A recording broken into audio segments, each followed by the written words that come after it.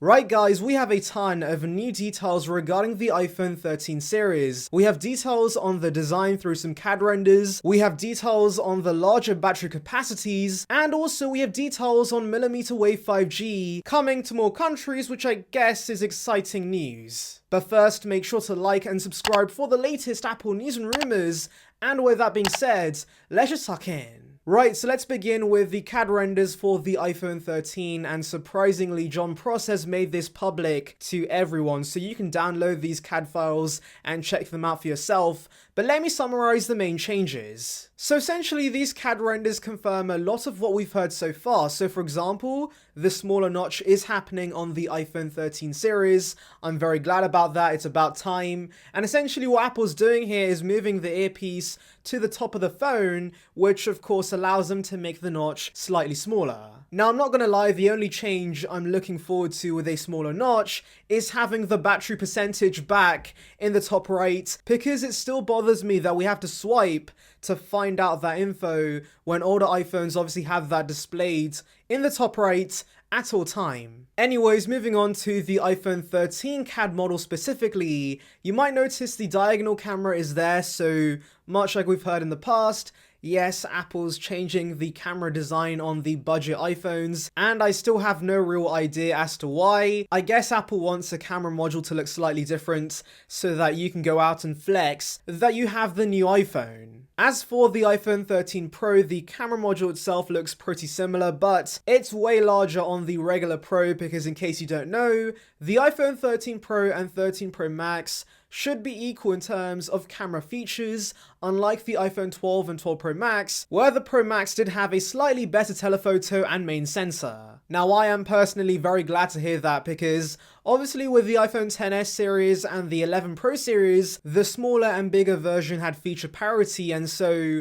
it was a little weird to me that the Pro Max had better cameras than the Pro, even though the 12 Pro is $1,000 and is technically a Pro phone. So why does it not have the best cameras possible? I don't really know.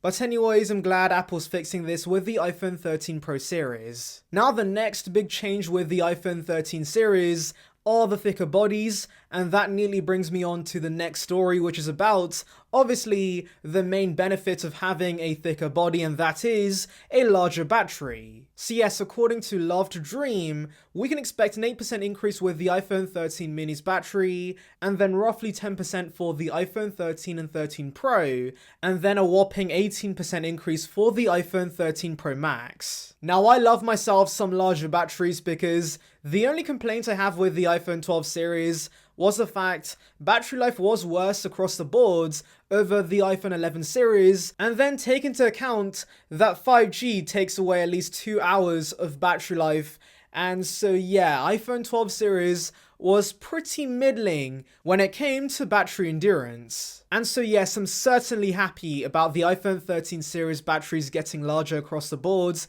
especially on the iPhone 13 mini, which desperately needs a bigger battery, because I think that was the main issue with the iPhone 12 mini. A lot of people did like the size, but they weren't willing to put up with the mediocre battery life, and so hopefully with the bigger batteries and the better efficiency of the A15 SoC, I'm praying we get at least 1 more hour of battery life with the iPhone 13 mini. But guys, the iPhone 13 Pro Max is a completely different story, because an 18% increase over its predecessor is pretty insane, and this will be the first iPhone to surpass 4,000 mAh.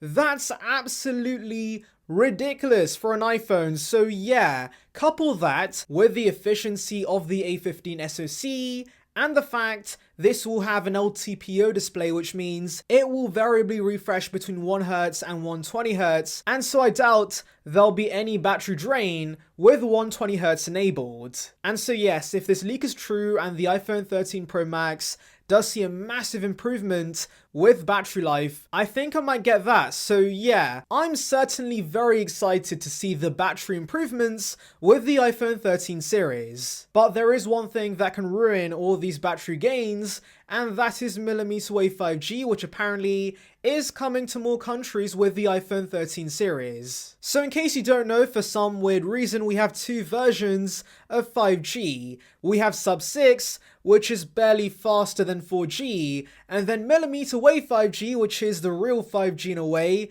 because it gives you insane speeds, but it's only available in a few countries because you need to be literally this far away from an actual 5G node to get those insane speeds. Also, mmWave 5G is pretty expensive to implement in smartphones, and so that's why you only got mmWave on the iPhone 12 series in the US, and every other country just got sub 6. But now the big news is that the iPhone 13 series will bring mmWave to more countries. So Digitime says over 50% of iPhone 13 models should include mmWave, so that does mean more countries will get that stupid cutout on the side of the iPhone for mmWave 5G. Now, I do believe the UK is rolling out mmWave 5G, but I just don't care, because 5G for me hasn't really been a substantial improvement over 4G, and it seems a lot of people share this sentiment because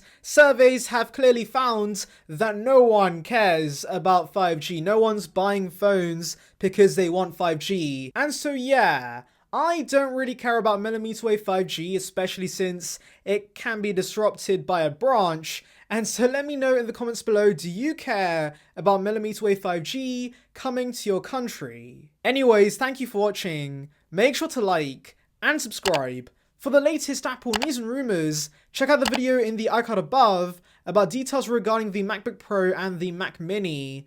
And on that note, I'll see you guys in the next one. See ya, peeps.